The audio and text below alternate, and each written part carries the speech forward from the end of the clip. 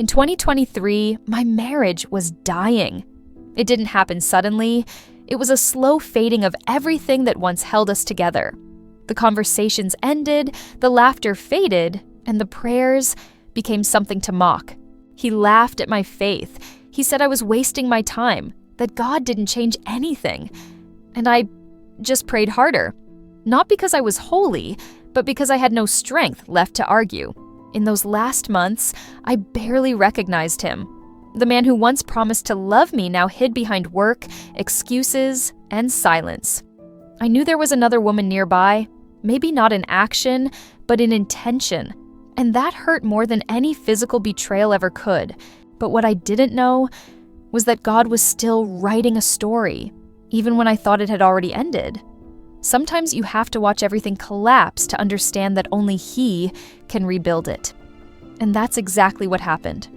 One night, one mistake, one accident, and a love that, though wounded, chose to stay, when everyone else would have said it was time to walk away. Before we continue, subscribe to the channel Loved Grace and tell me in the comments, from which city are you listening to this story today? When I look back, I still wonder when we stopped understanding each other.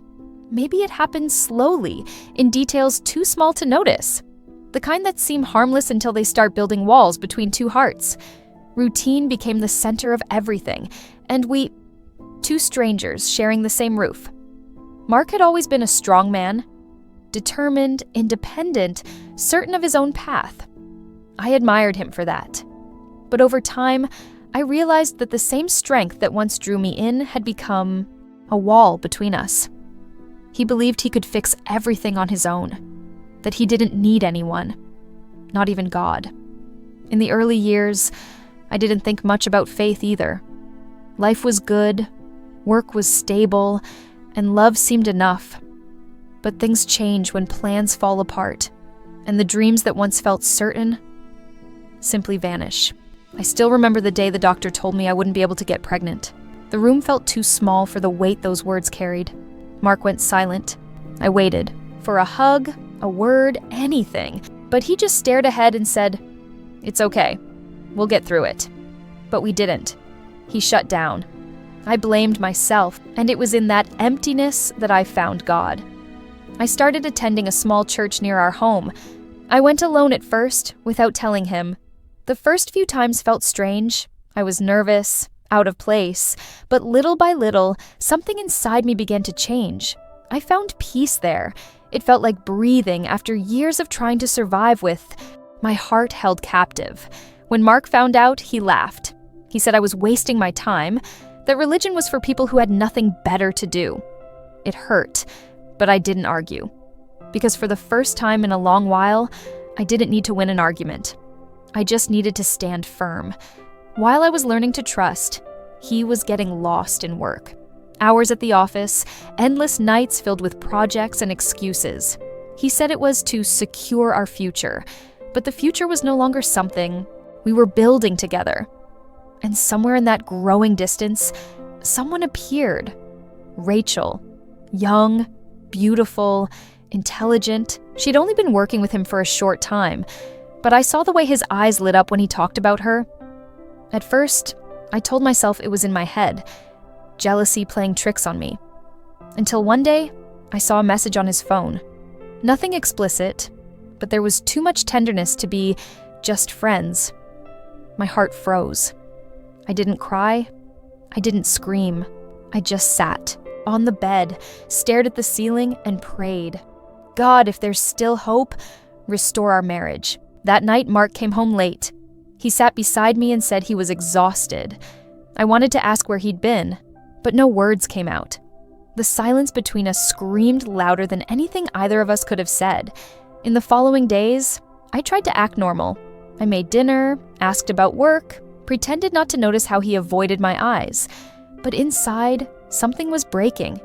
I loved that man. And at the same time, I no longer recognized him.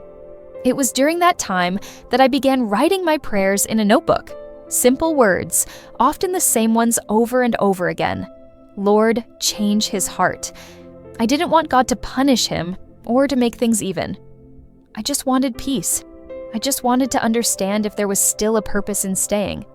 People told me I was strong, but the truth is, I was only standing because faith was holding me up.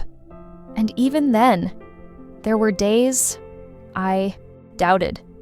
Days when I looked at the sky and asked if God was still listening. Mark seemed to live in another world. He came home later and later, sometimes smelling of alcohol. Our marriage became a battlefield of silence and resentment. Yet somehow, I couldn't hate him.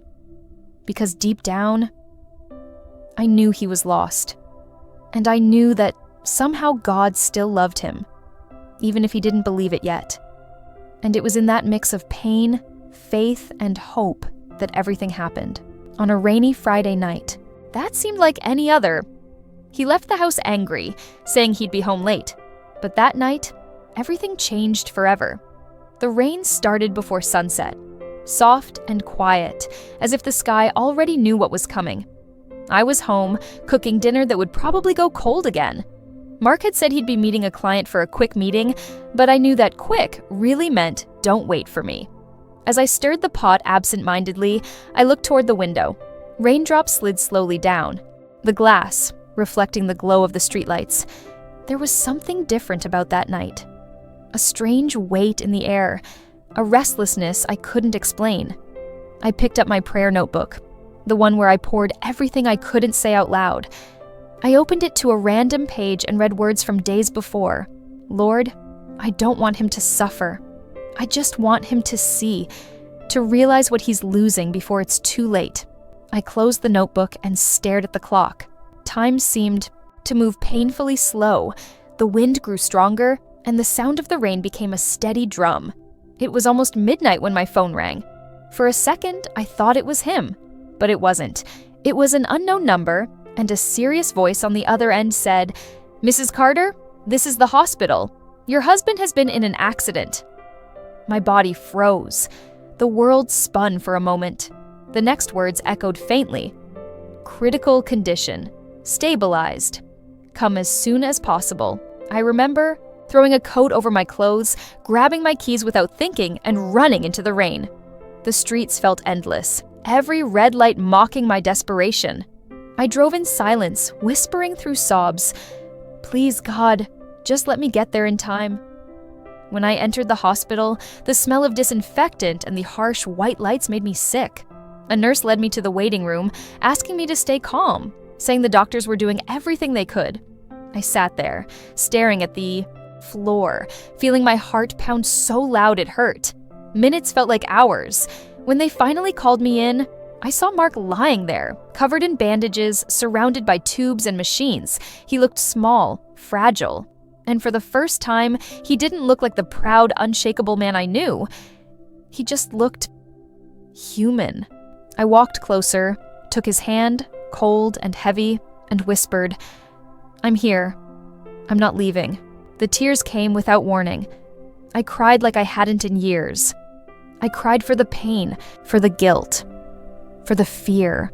But more than anything, I cried because I realized that even after everything, I still loved him. The days that followed were a blur of prayers and silence. He remained unconscious for almost a week. The doctor spoke carefully, with that neutral tone that hides uncertainty. I didn't go home. I slept in a chair beside his bed, head resting on the mattress, hand over his. The nurses brought me coffee and told me to rest.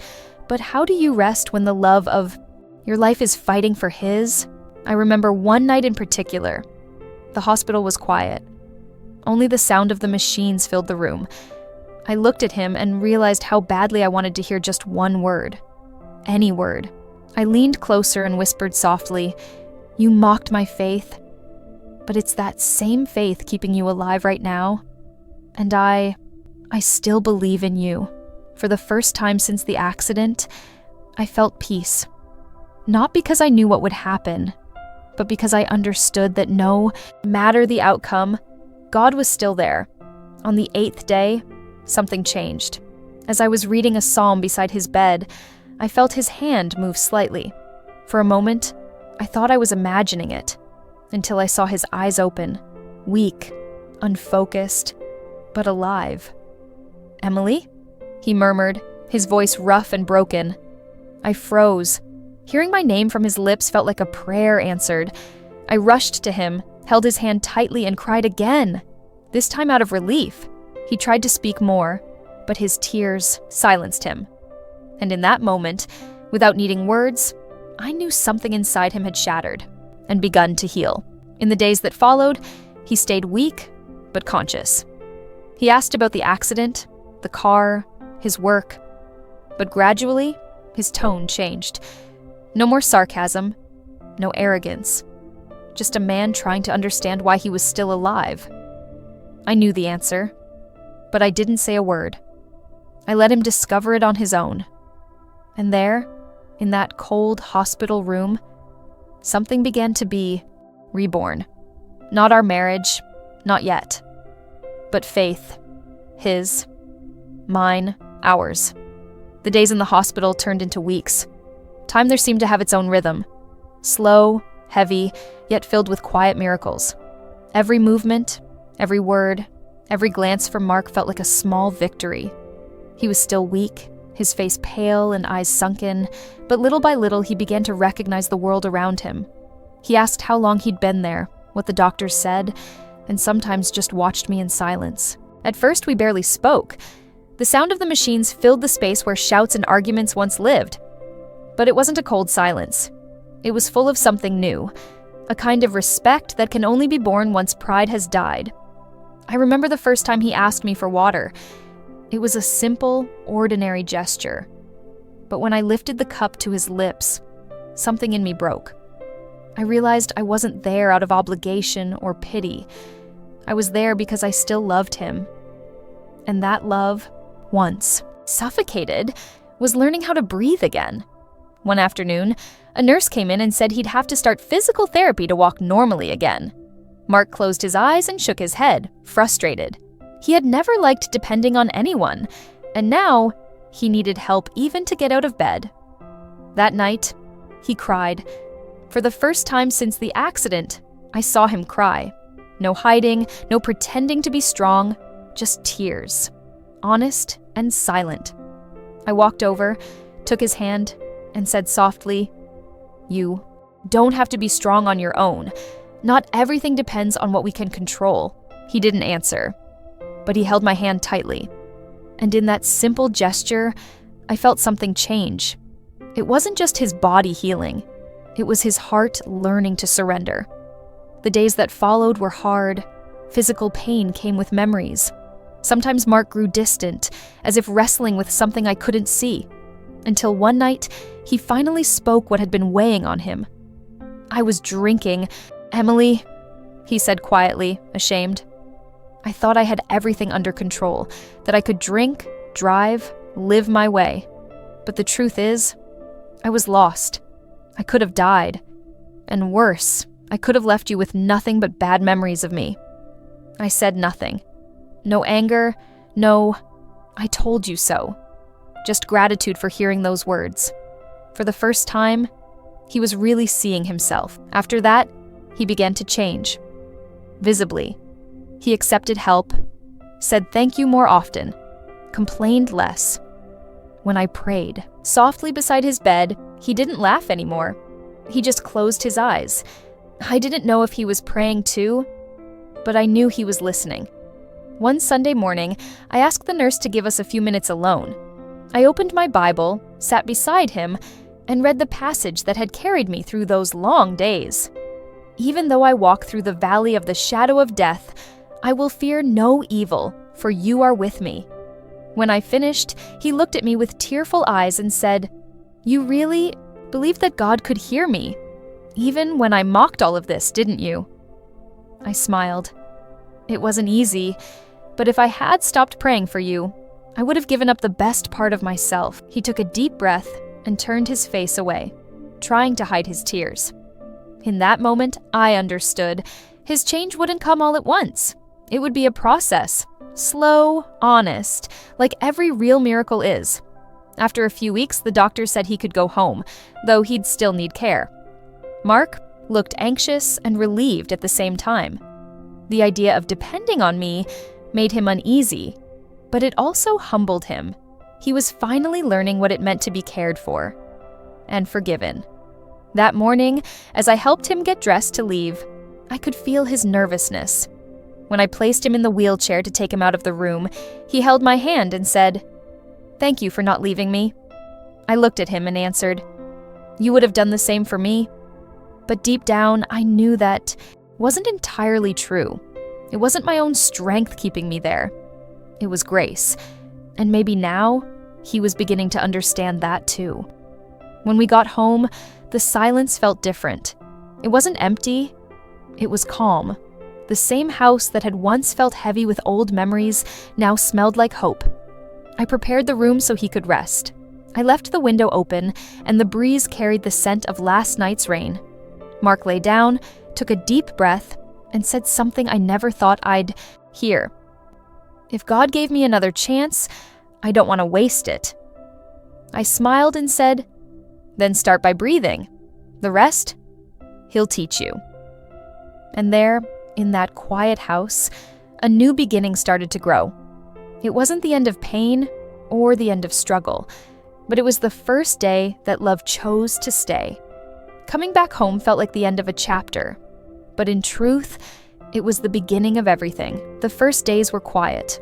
I prepared the meals, organized his medicine, helped Mark stand and walk slowly through the rooms. The routine was exhausting, but every gesture seemed to carry a greater purpose, as if God were restoring not just his body, but our home itself. Mark spent long hours in the armchair by the window, staring outside. Sometimes I'd find him holding a cup of coffee for minutes without taking a sip. He looked distant, lost in thoughts only he could hear. But there was something new in his eyes. Not arrogance, not coldness, just a kind of emptiness that was slowly beginning to be filled. Gently, but sincerely. One day, while I was watering the plants on the porch, he said something that made me stop. I keep thinking, what if it had been the other way around? What if it were you in that bed, and I had to watch you like that? I looked at him, surprised. "I would have prayed the same way," I said. He nodded, his eyes glistening. "But I wouldn't have believed it could work. I wouldn't have had that kind of faith." I sat beside him and replied, "Faith isn't about understanding. It's about trusting, even when we don't. I didn't understand either, but I chose to trust." He stayed silent for a moment, eyes fixed on the floor.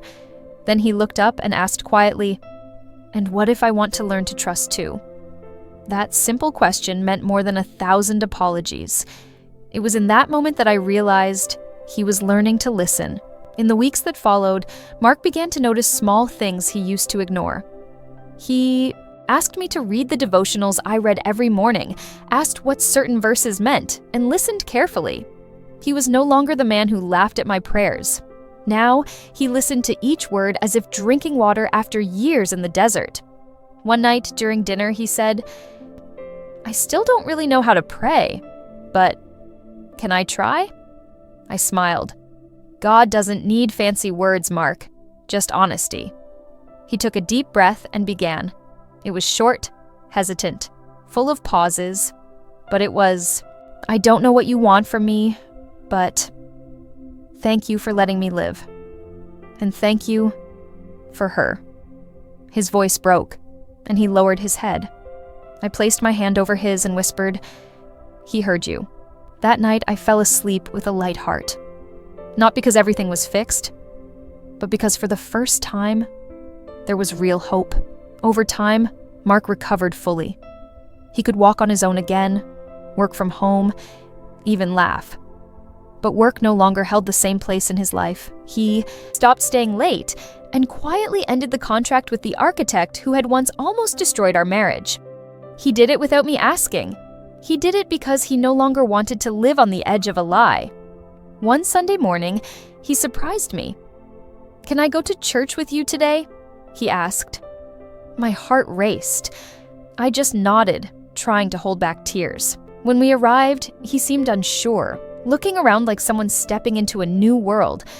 But during the worship, I saw his eyes, close, his hands clasped, and for the first time, he prayed without shame. As we left, he said softly, "Now I understand what you meant when you said you found peace here." I smiled. That's because peace isn't found in a place. It's found in the one we let in. Days passed, and his faith began to blossom. Small gestures changed the atmosphere of our home. He prayed before meals, thanked God for little things, apologized when he was wrong. It was like watching winter turn into spring, slowly but beautifully. And in the middle of all this, I realized something in me was changing too. My faith was no longer just endurance. It was gratitude for seeing that God wasn't only restoring Mark, he was restoring me. One afternoon, he called me to the porch and said, "Emily, I don't know how to explain what happened, but if anyone ever asks me what a miracle is, I'll tell them it's waking up and seeing you here after everything I did." I reached out, touched his face, and said, "The real miracle is that God never gave up on us, even when we gave up on each other." And in that embrace, I felt something close. Not a happy ending, but a new beginning. A marriage that had once been dying was now breathing again, because two hearts had finally learned to listen. The months that followed were the calmest we had ever lived, not because life had become perfect, but because, for the first time, it felt real, with God at the center and love in every detail. Mark was still in physical therapy, but he was already driving short distances and slowly returning to work. Yet work no longer owned him like it once did. He began to delegate tasks, leave the office earlier, and keep his evenings for home. I still found myself surprised when he came through the door with flowers, made dinner, or simply asked me to sit beside him and watch a movie. Our home, once silent and cold, now had sounds I hadn't heard in years. Laughter, conversations, prayers. The same walls that had witnessed our distance now held forgiveness and new beginnings. One day, he came home early and found me tending to the plants in the backyard. He sat beside me, and we stayed quiet for a few minutes, listening to the wind. Then he said, "I still feel ashamed sometimes. I wake up and remember how foolish I was, how much I made you suffer." I looked at him and replied gently, "Mark, guilt only serves us if it leads us to change. You've already changed. God doesn't want us living chained to yesterday." He sighed, thoughtful. "It's just, sometimes it's hard to believe someone can love like that, even after everything." I smiled. "Now you understand a little more about God's love." He smiled back, and I realized that the man before me was no longer the same. The pride that once blinded him had turned into humility, and the faith that used to make him laugh was now the foundation of our life. We began attending Sunday services together. There was no rush, no need to prove anything to anyone. Mark often stayed silent, just watching, but when the music started, I'd see quiet tears run down his face, and that, to me, meant more than 1,000 words.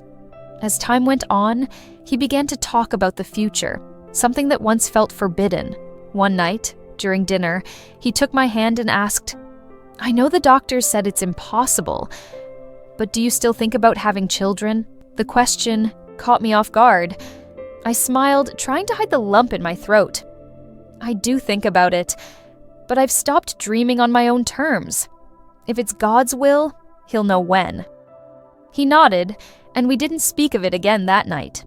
But I saw a spark of hope in his eyes, one I hadn't seen in a very long time. Weeks turned into months. Everything seemed to move slower, as if time itself wanted us to savor each moment. Till one day, something changed.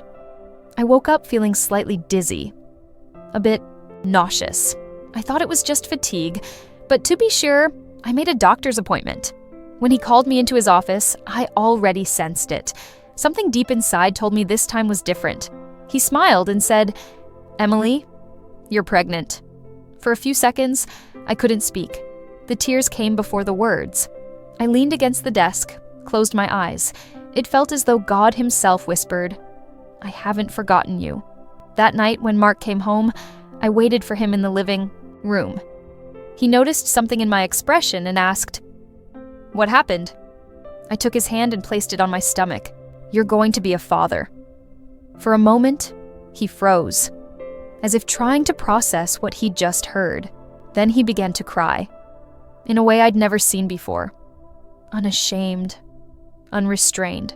He knelt, rested his forehead against my belly, and whispered over and over, "Thank you." The following days were filled with joy. The room that had once been a storage space for memories became the beginning of a new dream. We bought paint, furniture, and with every detail we added, it felt like we were giving color to a promise fulfilled. When the pregnancy reached 7 months, Mark chose the name, Grace. "Because grace is what saved us," he said, smiling. I nodded, tears in my eyes. Grace, that undeserved favor that had transformed everything. At the birth, Mark was by my side. He held my hand the entire time, his eyes fixed on mine. When we heard our baby cry for the first time, it was as if the entire past disappeared. Every pain turned into gratitude. He looked at me and whispered, "Now I understand. God never denied us a child. He was just waiting for the right time." And there, amidst tears, exhaustion, and the soft light of morning, I understood too. The true miracle wasn't just the pregnancy, it was the transformation. His heart, our home, the faith that bloomed out of ashes. Today, when I look at Grace sleeping, I remember everything we went through. And I see that every tear, every prayer, every silence was part of the path that led us here. God didn't destroy what we had to start over. He rebuilt what was left and made life bloom where there had only been desert. When I look back now, I see that nothing happened the way I imagined. It wasn't a sudden turning point or an instant miracle. It was a process, slow, sometimes painful, but full of purpose. I often say that true love doesn't give up. But I've learned that this is only possible when that love comes from God. My own strength would have run out long ago. It was God's presence that taught me to stay when everything around me said to walk away. There are days when I still remember the times Mark mocked my faith, the moments when he'd look at me with impatience as I said I was going to pray. But now, those memories don't hurt anymore. They simply remind me of how far we've come and who found us along the way.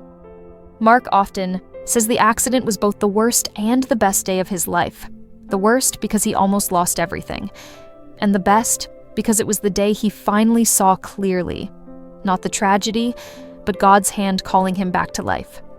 He changed, not to become the perfect husband, but to become a man who learned to depend. Today, he prays every day, sometimes alone on the porch, with the Bible on his lap and his eyes lifted to the sky. Other times with me, before we go to sleep. And every time I hear his voice say, "Amen," I know it was worth waiting for. Grace is only a few months old, and every smile of hers is a reminder that God still makes all things new. Sometimes I hold her in my arms and think of all the nights I cried, believing I'd never be a mother. But God didn't just give me a daughter. He gave me living proof of his faithfulness. On Sunday afternoons, we often walk through the park near our home. Mark pushes the stroller while talking about plans, and I just watch. It's strange to think that not long ago, our silence was heavy, and now it's light, full of peace. One evening, as we watched the sunset, he said something I'll never forget. "Emily, if you had ever given up on me, I would have never met God." I had no words. I just took his hand and let the wind answer for me. Because deep down I knew it wasn't me who stayed. It was God who gave me the strength to remain.